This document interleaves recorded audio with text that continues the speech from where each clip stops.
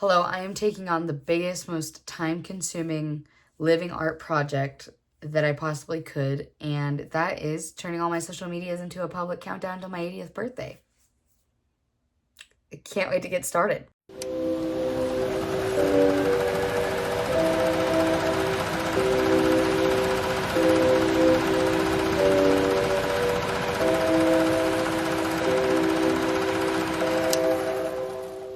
So you might be sitting there like, why is this lady counting down to her 80th birthday live? That's making me anxious and is kind of morbid.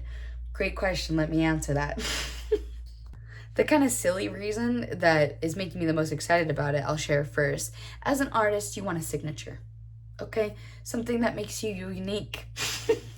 And I was doing this as a little personal practice myself. And then I realized, I was like, this would be so cool that, like, as an artist, if every painting I did, every blog I wrote, every book I published, everything that I created, if it was signed with a signature of however many days until my 80th birthday, just a little number as my signature, that made me giddy. So I decided, I was like, yeah, I'm launching this publicly because I like it. And that's a good enough reason. I could just leave it there, but I want to tell you the deeper reason because maybe you'll resonate with it, maybe not, maybe you'll just think I'm crazy. So ever since I was a young teen, I thought I was going to die young. This isn't a particularly fun mindset that I had, but it did work in my favor for a while. Because I was living each day as if I might not get another. And so it kind of overrode my anxiety for a lot of years where I'd be really anxious about something, then I'm like, you're gonna die young anyway. So you might be like, why did you have this mindset, young one? Now, I'm not blaming anyone. My brain just tied together a lot of factors in a weird way, and I never discussed it out loud. I never expressed my concern, so no one could correct me even. So I'm not blaming anyone. I'm not mad at anyone for having this internal mindset, but I'm just explaining myself. Number one, I grew up in a very religious household.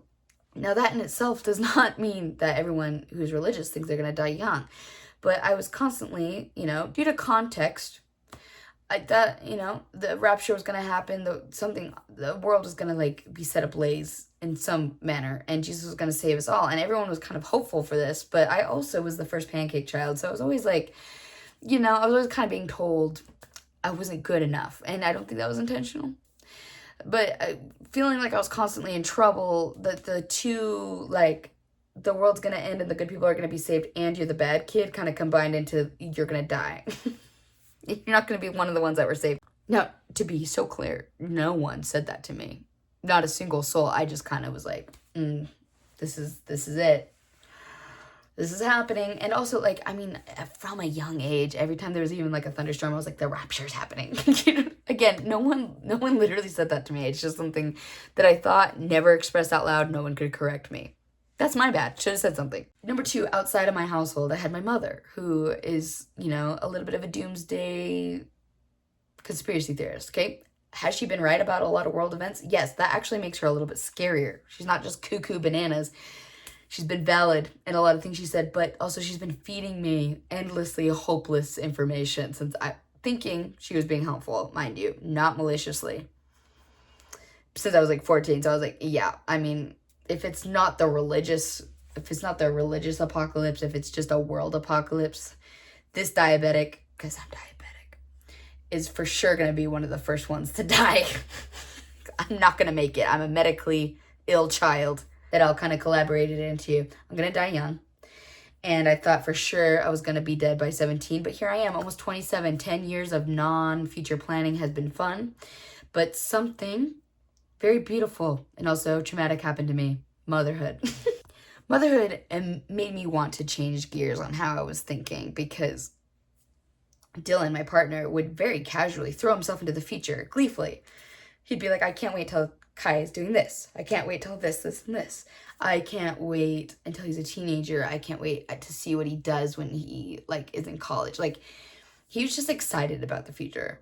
Never felt that in my life. So I was kind of exploring how gross it made me feel that I couldn't even imagine a future for my child. And I was like, you gotta rewire that brain. Because, honey, I know your frontal lobe developed while you were thinking you were gonna die. But you gotta work on changing that, okay? So that leads me to a little daily practice I did where at first I was trying to project myself 5-10 years in the future, but because my brain was so hardwired to just think that is impossible, it would reject it immediately. I would kind of shut me down, and it was like not fun for me because it was just kind of making me existential. Weirdly enough, though, and after reading a book recently, I've discovered that apparently after 10 years, you kind of switch from first perspective to third perspective of yourself. And so you kind of start treating yourself how you treat others around you. I've never been particularly kind to myself, but I think I've done my best to be kind to others and empathetic to others. So apparently 10 years plus, thinking of yourself in the future, you tend to be more kind and empathetic towards yourself as if you were a stranger. Now that's if that's how you treat strangers, right? I don't know. I can't speak for you. But I was incredibly, like, protective over 80-year-old me. I was like, she's innocent. She's done nothing. Don't be nice to her, okay? So I also picked 80 because I like to overachieve. So I was like, hey, the average lifespan 74. I'm going to make it to 80. And it was also a number that my brain didn't fight because it was kind of a fantasy number. It wasn't like a realistically close thing to reach. It was so far out in the future that my brain didn't immediately reject it, but it was also helping me rewire how I thought about my day-to-day actions. Knowing or thinking that I was going to make it to 80, right? Because we don't know. That's one of the things that makes people nervous about death, right? It's inevitable, but we don't know when or how or why, you know? It makes us uneasy. But projecting that I was going to wake up on my 80th birthday and imagining what kind of life I wanted to have for her. What do I want 80-year-old me to feel like? How do I want her life and her house and her like environment to be like? What kind of community does she have? What kind of change has she made in the world? Like all these things, building this fake world that revolved around 80-year-old me started making me think about what I'm doing today. And it like naturally was creating new like neural pathways where I was looking forward to the future. I was looking forward to a 58-year-old son that was well-rounded and kind and was thriving, and he wanted to come home for Christmas. And I was thinking about, you know, the community that I've built and how we all feed each other and are kind to each other. And that trickles back down to like, what am I doing today to build that? So like, if I want to wake up feeling good in my body when I'm 80, what do I need to do with my body now that it's mobile and semi-useful, even though she's not functioning perfectly? What can I do now to make sure that 80-year-old me wakes up and feels good in her body as good as you can when you're 80 years old? It also still kept the spontaneity in my life, right? Because I don't want to give that up. I don't want to just be like, God, I'm going to live forever, so I'm going to put things off. The timer aspect kind of puts into perspective like time is limited, so it encourages spontaneity. But there's also enough time there that you're like, I have enough time to breathe. I have enough time to relax sometimes. I have enough time to enjoy myself. I have enough time to take care of myself, right? So all this to say, this is making me look forward to the future and looking forward to building a better one. And you also might be like, okay, besides the artsy-fartsy reason and also solving your little existential crisis, why are you sharing this publicly? Like, why is this something you want to share with the world? Great question. I'm glad you didn't ask. I think I want to hit two main demographics. Number one, people like me who have never planned for the future, who are trying to heal themselves, trying to figure out a reason to like get up and take care of themselves every day, who are just like in their 20s and 30s just trying to be like, why does this matter? This is why it matters, because 80-year-old you is depending on you to like show up for yourself every day, okay? Demographic number two are the people that are inherently scared of aging, because especially women like myself get targeted all the time with like aging is bad, aging is scary. And for me personally, I have had the reverse experience because I've had the mindset that I was going to die young, that when I look in the mirror and I see wrinkles or I see aging in any capacity, a gray hair here and there, it actually makes me genuinely full of joy. Like it makes me so happy when I see those things. And I'm not saying you should get as old and wrinkly as fast as you can, but just embracing the journey that it is to get old. That's my goal, is to sharing this, is giving hope to the people who never thought future existed, and also helping people who have feared the future their entire lives embrace it a little bit more. Now, this leads me to Chasing Full Plates, which is my humanitarian project I've decided to dedicate my life towards from today on until the day I die, unless I become a wizard and I solve world hunger, which is a good problem to have. And if that happens, we can revisit my life mission. But as far as I know, as far as I can predict, there will always be some hungry people that need to be fed.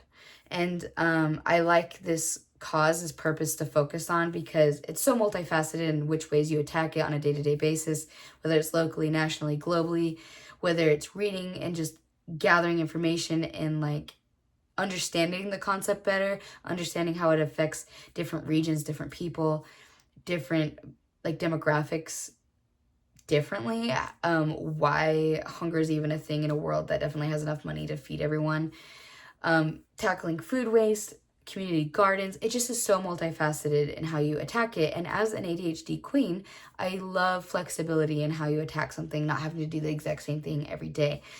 And also, who doesn't want to feed people? You know what I mean? So it's something I can see myself being very, very passionate about until the day I die.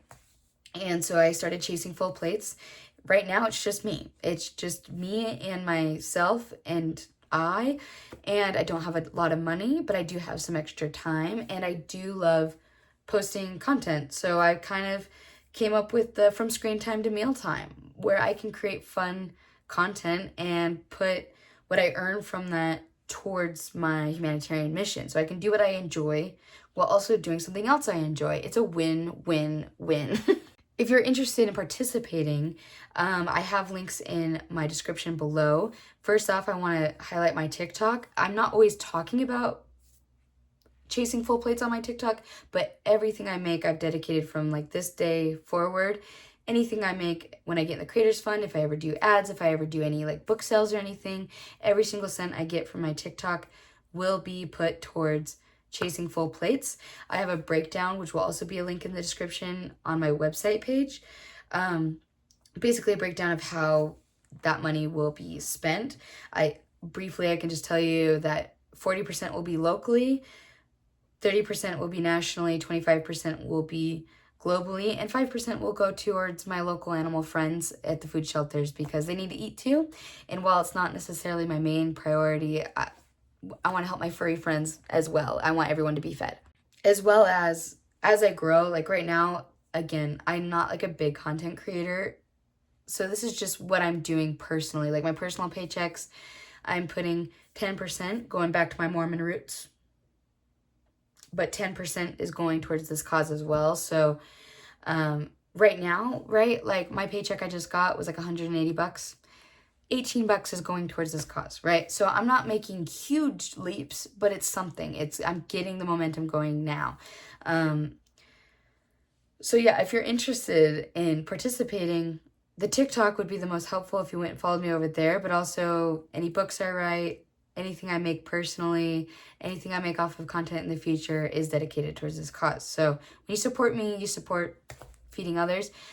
Also, last thing, I want to be very clear, don't ever donate money directly towards me, okay? If you have the money to donate, please go donate directly to your local food banks or causes that help feed people. You don't need the middleman. I appreciate it, but you don't need the middleman.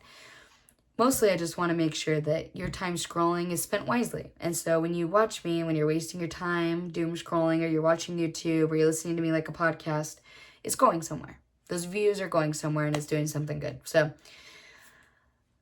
that's it. That pretty much wraps it up. So welcome to Chasing Day 0. And here's to Chasing Full Plates. Hope to see you around.